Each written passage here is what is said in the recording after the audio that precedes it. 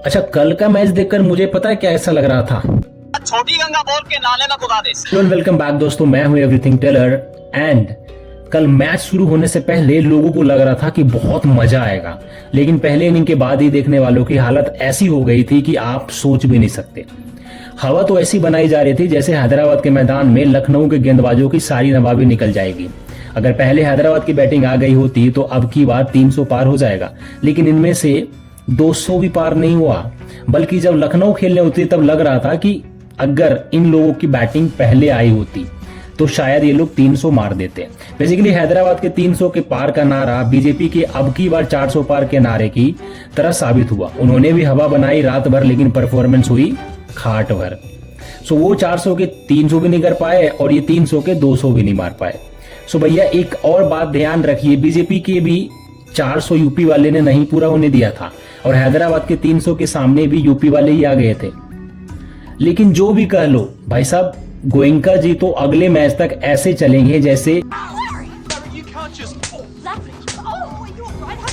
लेकिन ये कितने खुश हैं।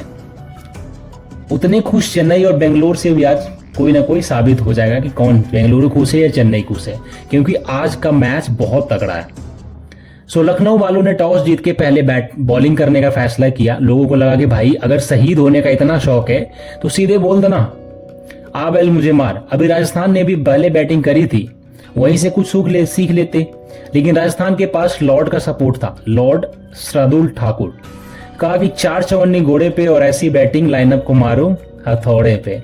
सो पहले तो उन्होंने अभिषेक शर्मा को आउट किया, फिर अगली गेंद पर पिछले मैच में जो सेंचुरी बनाया था ईशान किशन को आउट किया गोल्डन डक पर।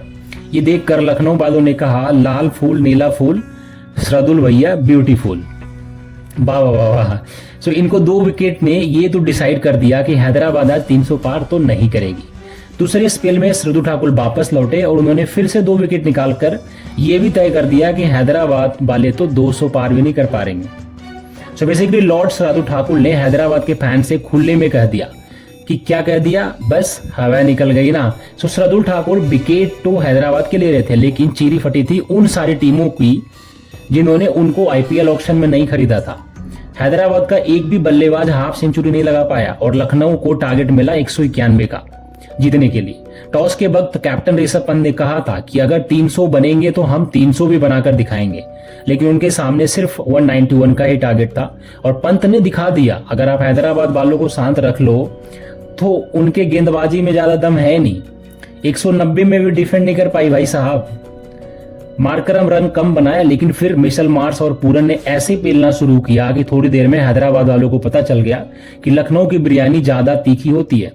पूरन भाई तो वैसे भी T20 के बेस्ट बल्लेबाज में गिने जाते हैं, हैदराबाद वाले कभी इस बात पर सवाल नहीं उठाएंगे।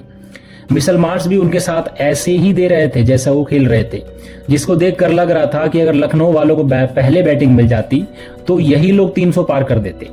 इन दोनों ने मैच सेट कर दिया था, लेकिन अगर ऋषभ पंत भी चले जाते ना, जब मतलब थोड़ा सा चल जाते ना, तो लखनऊ को और भी मजा आ जाता। बट पंत खुद तो नहीं चले, लेकिन उनकी बात सही साबित हो गया कि हैदराबाद जितने भी बनाएंगे उतने हम चेस करेंगे और जीत के दिखाएंगे। 23 गेंद और 5 विकेट पहले लखनऊ की जीत हो गई। आपका इस मैच पर क्या कहना है? लॉर्ड शार्दुल ठाकुर और पूर्ण की तारीफ जरूर करना। हैदराबाद वालों 300 क्यों नहीं बना पाया ये भी जरूर कमेंट करना। एंड आज होने वाला है बहुत तगड़ा मैच, धोनी वर्सेस विराट कोहली, थाला एंड किंग। सो जरूर देखिएगा आज का match. Thank you so much.